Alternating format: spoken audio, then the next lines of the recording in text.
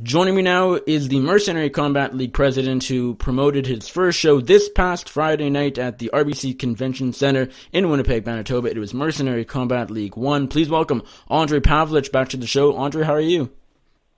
I'm doing great, Nick. How are you? Did you enjoy the fight the other night, bro? I did. Doing well. Thank you for asking, and glad to hear that you're doing well as well. Thank you for putting on a great night of fights. The Winnipeg fans certainly did enjoy it.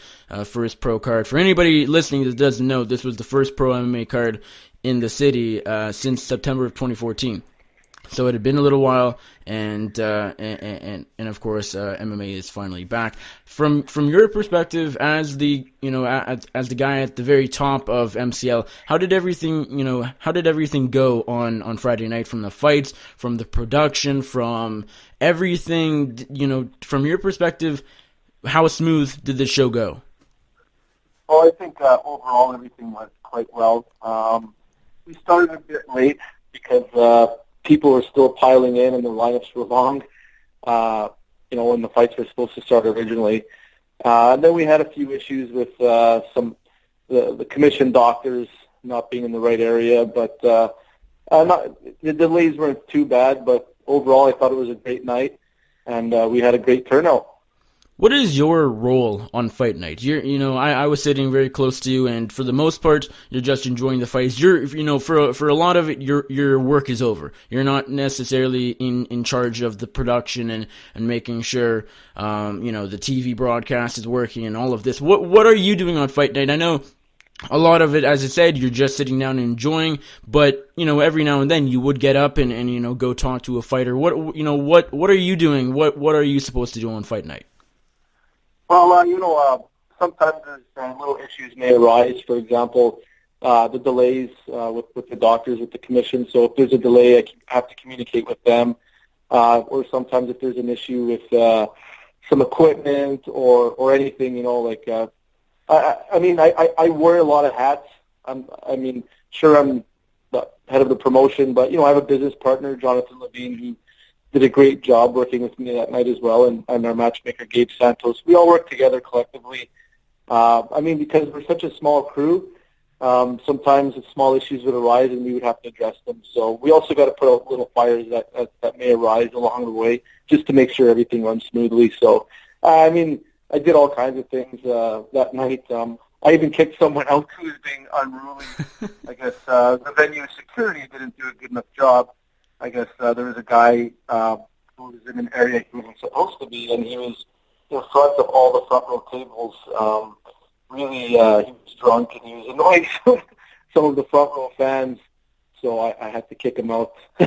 So I did multiple things that night. There's your former fighting, being a former fighter kicking in there. Yeah, and also, like my full-time job, I work in a security capacity, so with the federal government, so I had to take care of business because, other people weren't. So sometimes you got to take charge because it's my promotion, and I want my fans to be happy. I want them to enjoy the fights because, that's part of the business.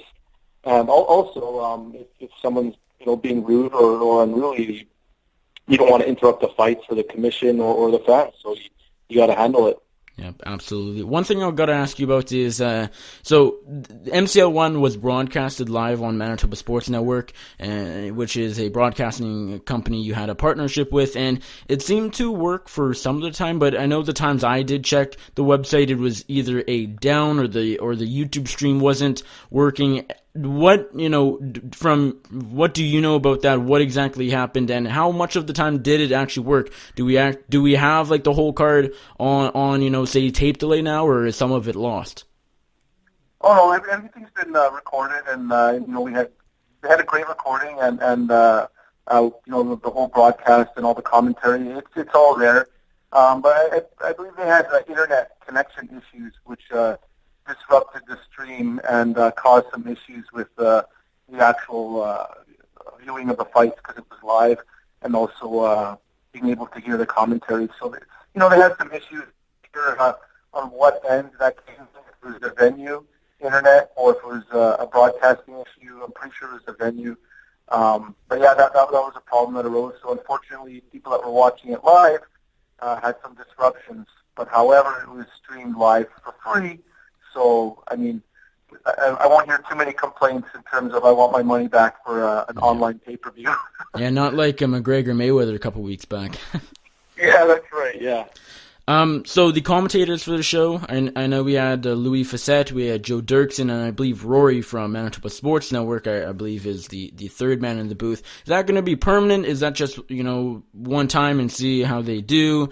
Are you going to always try and have former fighters and maybe even current fighters in the commentary booth? You know what?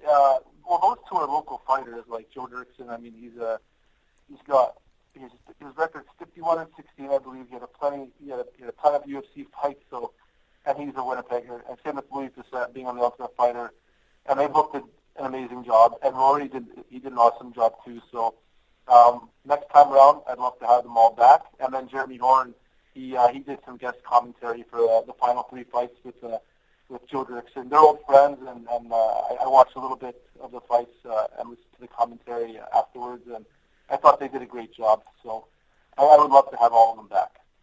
Now, after all of this was done, after, you've put in, long hours, days and months of work, and I know you were a super, super busy guy with, you have a full-time job, you have a family, you have, this organization to take care of.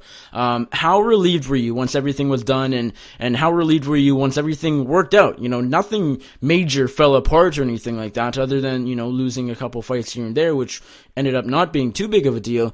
How relieved were you that MCL 1 ultimately was a success? You know what? I haven't really had time to sit back and digest it all. So, I mean, I do have I do feel relieved, but also there's a feeling of a sense of accomplishment, especially with the small crew that we had and the show that we put on. The feedback that I've been getting has been awesome. People have said that's the best fights they've seen in Winnipeg ever. So, I mean, that's a huge compliment because, Winnipeg hasn't had fights in 3 years, but, we've had promotions come here, and there's been some great fights along the way. But to hear that really puts a smile on my face. And when you hear something like that, there's going to be an MCL too. And, we have a great fan base. We have a lot of great fighters around here. And Gabe Santos did an excellent job putting the fight card together. And Jonathan Levine, he did an excellent job with a lot of the production stuff. So we're going to talk about some of the issues that may have arose or where we can do better, and that's what we're going to strive for even better next time.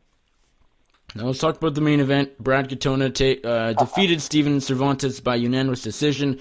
Pretty dominant win, 30-27 across the board, across all three judges' scorecards. What were your thoughts? Were there any surprises? I know, one thing for me that really stood out was how tough Cervantes is. I mean, he really lived up to his nickname Scrappy because Katona had him in many, many submission attempts that a lot of fighters, I truly believe, I mean, again, I'm not in the cage and I'm not feeling how tight those were, but they looked really, really tight, and Cervantes did not go out, did not tap, and went all three rounds. What were your thoughts on the main event? I thought it was excellent. Brad Katona, he stepped up. So did Cervantes. Cervantes, going into the fight was 7-3. Two of those losses coming by way of decision, but both at featherweight at a higher weight class. And coming from a solid gym from New Mexico, Lutrell Yee and Jackson Wink MMA. So he trains at a high quality facility, and he has a decision loss to Cody Stamen, who's in the UFC, who's now 15-1. So we knew he was. This is why we put that match together. We wanted a solid, tough main event, and it could have gone either way. But Brad Katona really turned up the heat, and he was a machine out there. And Cervantes escaping those submissions, I've never seen anything like it. In fact, his cornerman said afterwards that he's cornered Cervantes several times, and he's seen him escape many chokes, and he was fairly confident all the way through. But there was one time where he said he put down his hand, and he was like, "It's over." I know I spoke to Cervantes afterwards. He said he blacked out for a brief moment during one of those chokes, but he was in the process of trying to escape it, and he said he blacked out, and then he woke up and he was in Brad's guard. So that was I mean, kudos to him, man. He's a tough guy, and he lived up to his nickname of Scrappy. And I'm sure him being 22 years old, you're going to see a lot of him in the future. He's really young. He's talented. He's very tough. We're going to be seeing him in the future doing big things. Obviously, Brad Katona with a big win like that, I wouldn't be surprised if we saw him in the UFC one day. Or in the very near future. That's what I wanted to ask you about next. UFC Winnipeg is just a few months away. December 16th, Bell MTS plays. Did Katona do enough? In my opinion, I believe so, especially with an opponent like Doce Cervantes, who's high quality from a solid gym, like we said earlier. But I mean, I'm not the only one saying this. There's been several reports, other MMA news outlets that are all speculating and alluding to the same thing. And UFC coming to Winnipeg, I think it's only fitting to have one of the bigger rising stars coming out of here, and it's perfect timing for someone like Brad Katona, who I would put money on it. I'm not a gambling man, but I put money on Brad being on the UFC card in December. Now, one thing I have to ask is Cervantes did miss weight the day before on the Thursday evening. He missed weight by only half a pound, so it wasn't like he was a balloon, or he ballooned up and weighed in 5 or 10 pounds over. But sometimes the commission is a bit strict when it comes to things like this and certain fights and whatnot. What exactly happened there? Was there any chance that the fight wouldn't have happened? No, they basically couldn't make weight, and it was basically up to Brad Katona if he wanted to still accept the fight, which he did. But that resulted in a penalty in Cervantes' day, so which was awarded to Brad Katona. Was that 20%? Yeah, it's a 20% penalty. Yeah. Okay. What else stood out to you on this MCL 1 card? A lot of great fights, a lot of great finishes. If you have to pick, one or two, or the whole card, whatever you want to say, what else really stood out to you? What stood out is, all the fans that came out. It was unbelievable. There was not a boring moment throughout the night. And I've been to fights in Winnipeg before where you have great fights and then you have a couple fights that aren't so great. But the fans seemed to be entertained throughout the entire evening. And all the fans, all the sponsors, everybody that was there, everybody that I ran into were super pumped, excited, and nothing but positive feedback from everybody. The fighters had a great time. They've all messaged me and my staff and my business partner and my matchmaker Gabe Santos saying how much of a pleasure it was to fight in Winnipeg and fight for us. So I mean, we all had a great time. So there was nothing. We haven't heard anything negative yet, and that's really awesome for us for a first show. That's something you want to do. That means it's a success. Now, to me, just looking around the arena and the venue, it seemed like a really good turnout. I don't know if I'm not sure if the general admission was full, but I know the tables were jam packed. There's a lot of people in that building on Friday night. Were you expecting that good of a turnout? I believe we achieved our goal for the turnout. It's hit and miss sometimes in Winnipeg. But, we promoted it well. We had 11 solid matchups, and we had an excellent turnout, and we're very pleased with the outcome. Excellent. I know that this wasn't something I don't think you or MCL made public too much on Facebook, but I did hear that you guys are giving out post-fight bonuses. I believe knockout, submission, and fight of the night. You can clarify that. Who are the bonus winners? Okay, so what we announced, we never announced it publicly, but we made it known to the fighters. We're giving a fight of the night bonus and a finish of the night bonus. So fight of the night will go to both fighters at that particular fight. Finish of the night will go to whoever had the best finish. We're reviewing everything. I mean, watching the show live, being there, but then also running around dealing with things and not being able to watch everything, you miss a few things. But now we're going to sit down and we're going to review all the fights. We're going to have a short discussion, and we're going to pick out some winners very soon. And we'll be notifying the fighters and announcing it on our Facebook page and on our website.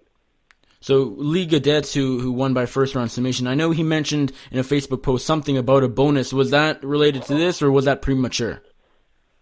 Well, we never said anything to him, but there's a lot of fighters that are saying that they're all saying they deserve fight of the night or finish of the night. So, but we're still discussing it. We're going to review everything, and we'll be announcing all that stuff very soon.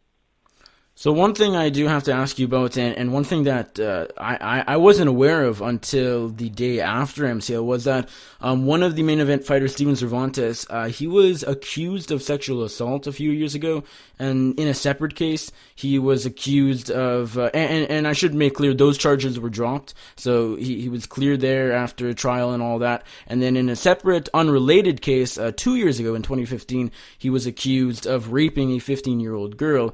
I don't know. I could not find anything as far as what happened after. It's not clear whether or not those charges were dropped or if the trial did occur. What do you know about that? And can you comment on that?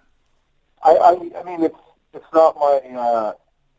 I don't know the details of the case, so I can't comment on it. However, we were aware that he wasn't in some legal trouble in his past, but if he was convicted of any crime, then he would have been admissible into Canada.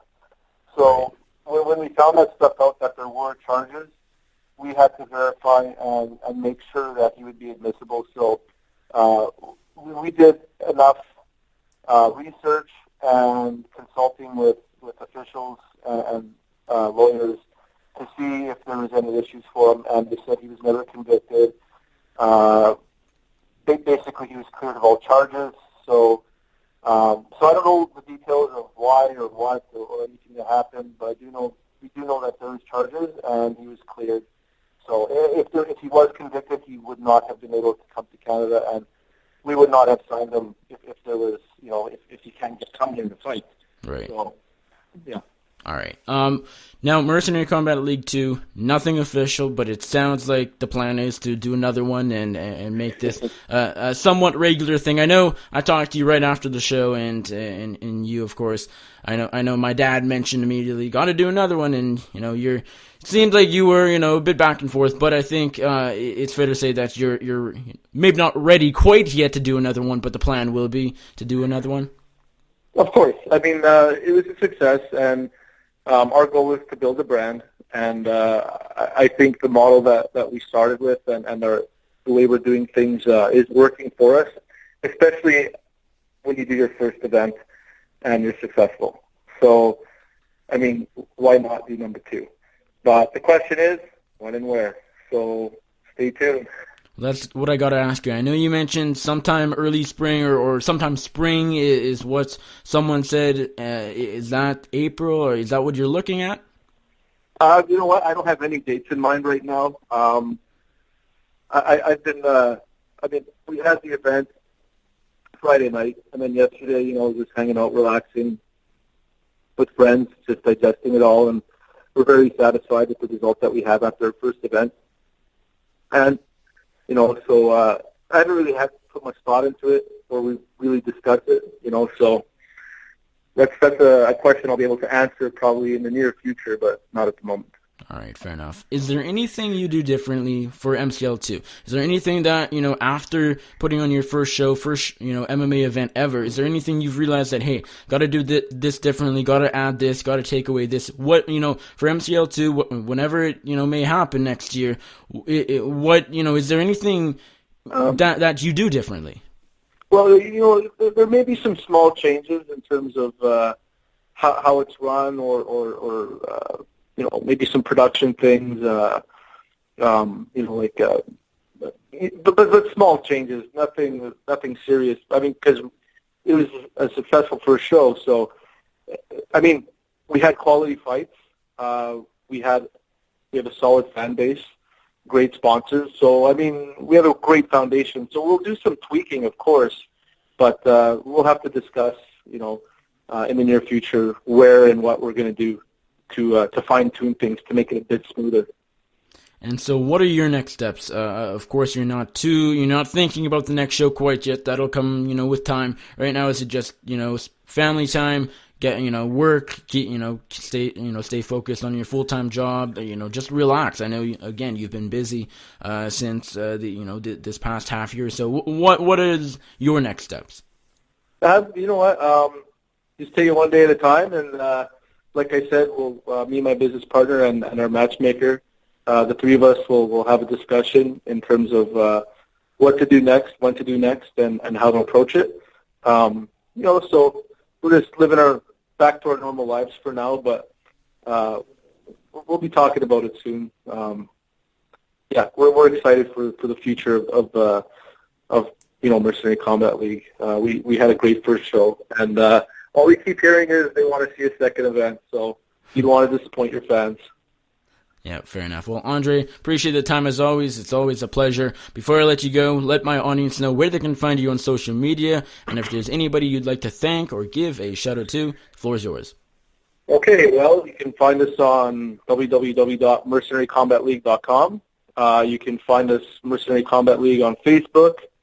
I'd like to thank all of our sponsors, King Toe Canada, Ion Spaces, Evolution Drivetrain and Diesel, Tommy Guns Barbershop, Reboot Recovery Cryotherapy Clinic, Superior Asphalt Paving, Sven's Roofing, Shortline Moving Company. They're fantastic. All the fans, my family, all the fighters did an excellent job, and everybody that came out to support MCL.